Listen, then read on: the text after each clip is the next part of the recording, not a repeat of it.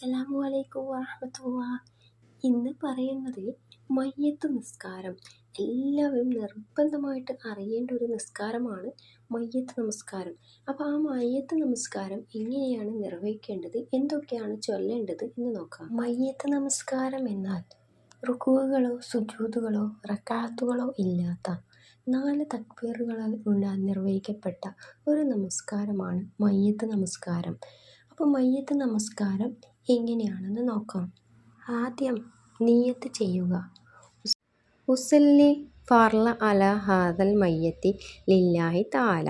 ഈ മയ്യത്തിൻ്റെ മേൽ നിർബന്ധമാക്കപ്പെട്ട ഫർളായ നിസ്കാരത്തിന് 4 തക്ബീറുകളായി അല്ലാഹു തആലയ്ക്ക് വേണ്ടി ഇമാമിനോടൊപ്പം, നമ്മൾ ഇമാമാണെങ്കിൽ ഇമാമിനോടൊപ്പം നിസ്കരിക്കുന്നു എന്ന് നിയ്യത്താക്കുക.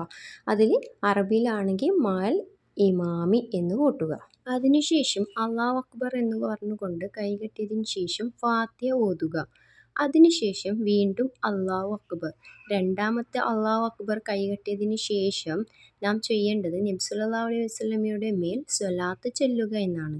അല്ലാഹുമ്മ സല്ലി അലാ മുഹമ്മദിൻ വ അലാ ആലി മുഹമ്മദ് കമാ സ്വല്ലൈത അലാ ഇബ്രാഹിം വ അലാ ആലി ഇബ്രാഹിം വബാരിക് അലാ മുഹമ്മദിൻ വ അലാ ആലി മുഹമ്മദ് കമാ ബാറക്ത അലാ ഇബ്രാഹിം വ അലാ ആലി ഇബ്രാഹിം ഫിൽ ആലമീന ഇന്നക ഹമീദും മജീദ്.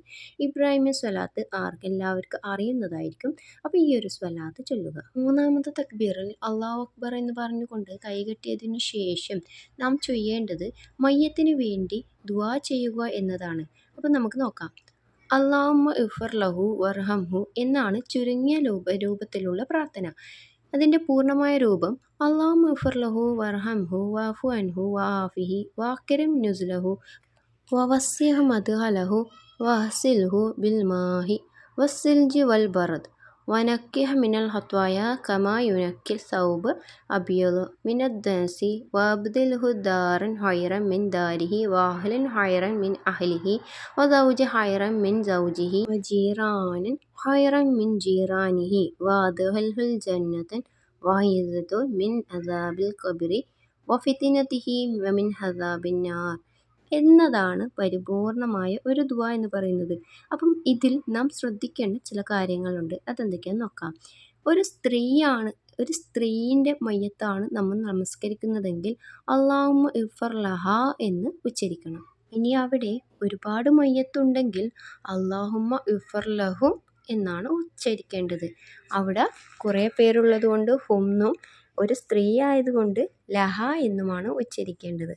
ഇനി നാലാമത്തെ തക്ബീർ അല്ലാഹു അക്ബർ എന്ന് പറഞ്ഞുകൊണ്ട് കൈകെട്ടിയതിന് ശേഷം നാം ചൊല്ലേണ്ടത് അല്ലാഹുമ്മ ലാ തഹ്രിംന അജ്റഹു വലാ തഫ്തിന ബഅദഹു വഗ്ഫിർ ലനാ ലഹു. ഈ ഒരു കാര്യം ചൊല്ലിയാൽ മതി. അതോടുകൂടി നമുക്ക് റബ്ബന ആതിന ഫിദ്ദുനിയ ഹസനത്തും വഫിൽ ആഖിറതി ഹസനത്തും വഖിന അസാബന്നാർ എന്ന് ചൊല്ലൽ കൂടി സുന്നത്തുണ്ട്. അപ്പം ഈ ഒരു കാര്യം ചൊല്ലണമെന്നില്ല, നമുക്ക് വേണമെങ്കിൽ ചൊല്ലാം. അതിനുശേഷം സ്വലാം വീട്ടുക. അസ്സലാമു അലൈക്കും വറഹ്മത്തുള്ളാഹി വബറകാത്തു എന്ന് പറഞ്ഞുകൊണ്ട് നമ്മൾ സാധാ സലാം വീട്ടുന്നത് പോലെ സ്വലാം വീട്ടുക. ഇതാണ് ഒരു മയ്യത്ത് നമസ്കാരത്തിൻ്റെ പൂർണ്ണമായ രൂപം. അപ്പോൾ ഇൻഷാ അല്ലാഹ് എൻ്റെ വീഡിയോ ഇഷ്ടമാണെങ്കിൽ ലൈക്ക് ചെയ്യാനും സബ്സ്ക്രൈബ് ചെയ്യാനും മറക്കരുത്. അസ്സലാമു അലൈക്കും വറഹ്മത്തുള്ളാഹി.